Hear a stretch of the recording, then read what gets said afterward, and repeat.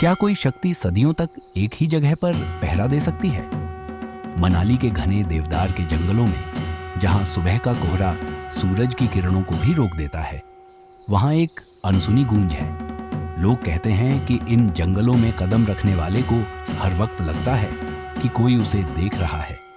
ये ढूंगरी का वो इलाका है जहां हर साल एक ऐसा उत्सव होता है जिसका रहस्य आज के विज्ञान के पास भी नहीं है। यह है ढूंगरी मेला। लेकिन क्या यह सिर्फ एक त्योहार है या किसी प्राचीन शक्ति को शांत रखने का जरिया?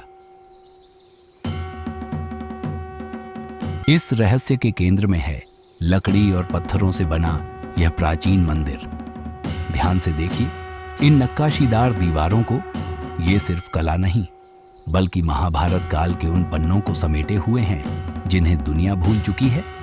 भीम की पत्नी हिडिंबा, जो कभी एक दानवी थीं, उन्होंने इसी घने जंगल में अपनी जानलेवा शक्तियों को छोड़ दिया। ग्रामीणों के चेहरों पर यह जो खौफ और श्रद्धा का मिश्रण है, वो गवाही देता है कि देवी आज भी इस घाटी के नियमों को चलाती हैं।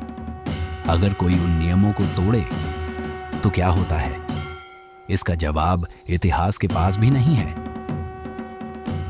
मंदिर के अंदर कदम रखते ही हवा भारी हो जाती है। यहां कोई मूर्ति नहीं है, बल्कि एक विशालकाय ठंडी प्राकृतिक चट्टान है।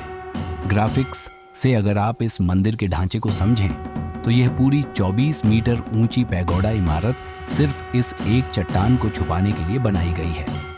मान्यता है कि इस पत्थर के नीचे एक रहस्यमयी गुफा है जहां देवी के पदचिह्न आज भी मौजूद हैं। पुरातत्वविदों के लिए यह आज भी एक सस्पेंस है कि बिना किसी आधुनिक तकनीक के सदियों पहले इतनी भारी लकड़ी का ढांचा इस प्राचीन चट्टान के ऊपर कैसे बैलेंस किया गया। और फिर आता है वो पल जब हवाओं में जादू सा घुल जाता है। पूरे कुल्लू से जब देवताओं के रथ यहां पहुंचते हैं तो एक अजीब सी घटना होती है। भारी भरकम लकड़ी के रथों को उठाने वाले ग्रामीण अचानक हवा में झूमने लगते हैं। उनके चांदी के मोहरे धूप में चमकते हैं और ऐसा लगता है जैसे रथ खुद इंसानों को नचा रहे हैं, इंसान रथों को नहीं। जब मां हिडिंबा और उनके पराक्रमी पुत्र घटोत्कच का रथ आमने सामने आता है तो माहौल में एक ऐसी ऊर्जा पैदा होती है जिसे कैमरे में तो कैद किया जा सकता है, लेकिन विज्ञान के पैमानों पर समझा नहीं जा सकता।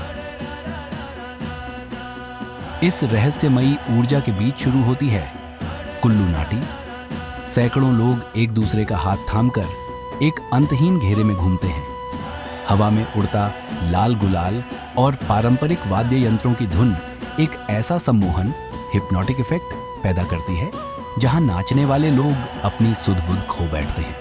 यह सिर्फ एक डांस नहीं है, यह एक प्राचीन अनुष्ठान है, एक ऐसा ट्रांस जिसमें पूरा जंगल एक साथ झूम उठता है। जैसे ही शाम ढलती है और पहाड़ों के पीछे सूरज की आखिरी लालिमा छिप जाती है, मंदिर के आंगन में दिए जल उठते हैं। ढूंगरी मेला समाप्त हो जाता है, लोग अपने घरों को लौट जाते हैं, लेकिन सस्पेंस खत्म नहीं होता।